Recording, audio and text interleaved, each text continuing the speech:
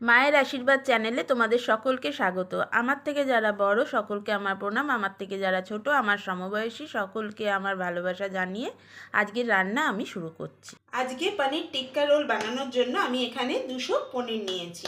সেখানে আমি স্বাদ অনুসারে নুন দিচ্ছি, চিনি হাফ, হলুদ গুঁড়ো হাফ চা চামচ, লঙ্কা গুঁড়ো স্বাদ অনুসারে, অল্প একটু বিট লবণ, চাট মশলা, তন্দুরি চিকেন মশলা,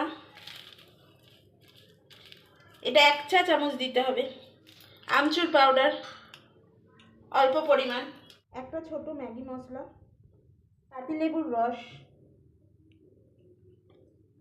বড় হলে আধখানা, ছোট হলে গোটা, আদা রসুনের পেস্ট, সর্ষের তেল, এগুলো পরিমাণ মতো দিয়ে ভালো করে মেখে নিতে হবে এবং এটাকে ঢেকে 2 থেকে 3 ঘন্টা ফ্রিজে রেখে দেবো। 2 to 3 hours later. রোলের পরোটাটার জন্য আমি এখানে নিয়েছি ময়দা, তার সঙ্গে একটু নুন, চিনি, সাদা তেল, এই দিয়ে ভালো করে ময়াম দিয়ে এটাকে মেখে নেব। তো আমার ময়দাটা মাখা হয়ে গেছে। এবার এতে একটু সাদা তেল হাতে করে মাখিয়ে, কারণ আমি প্রথমে খুবই অল্প পরিমাণ তেল দিয়েছিলাম, মাখিয়ে একটা ঢাকনা দিয়ে রেখে দেবো। আধা ঘন্টা পর আমি ঢাকাটা খুলে এখান থেকে খানিকটা লেচি কেটে ডো বানিয়ে নেব।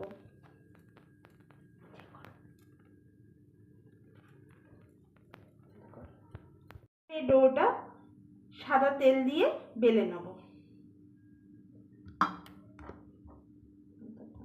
এবার এতে সাদা তেল লাগিয়ে নেব।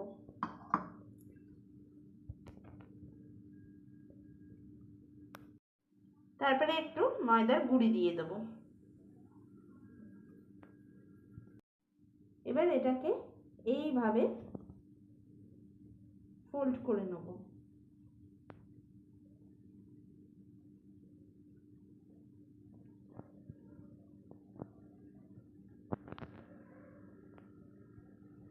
তারপরে এটাকে লম্বা করে টেনে নেব।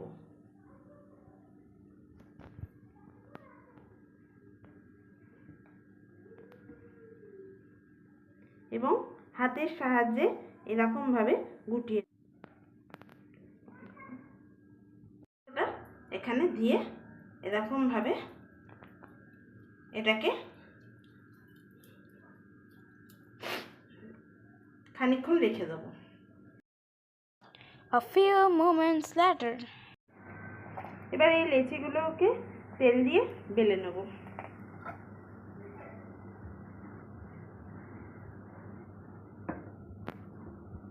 তেল দিয়ে পরোটাটাকে ভেজে নেব। ভালো করে কড়া করে ভাজতে হবে। এটা পুরো কড়া করে দুপাশ ভেজে নিচ্ছি।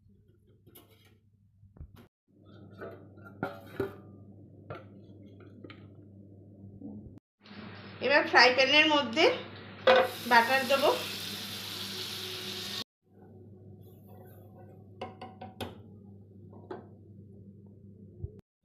তারপর ম্যারিনেট করা পনিরটা দিয়ে দেব।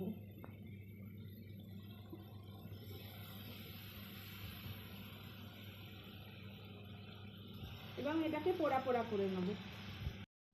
তো আমার এটাকে পোড়া পোড়া মতো করা হয়ে গেছে ভাজা। এবার এটাকে নামিয়ে নেব। এরপর আবার একটু বাটার দেবো, পেঁয়াজ স্লাইস,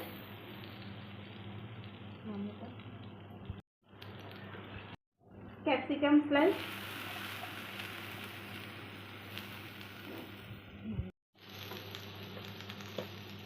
নুন, লঙ্কা গুঁড়ো, চিনি,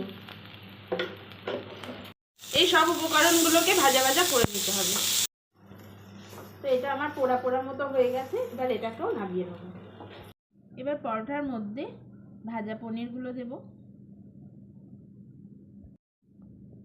ভাজা পেঁয়াজ, ক্যাপসিকাম,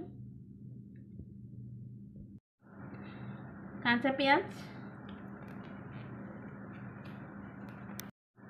বিট নুন,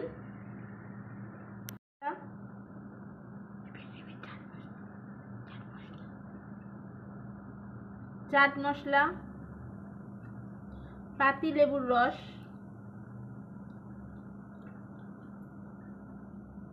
সস দিয়ে মুড়ে নিতে হবে।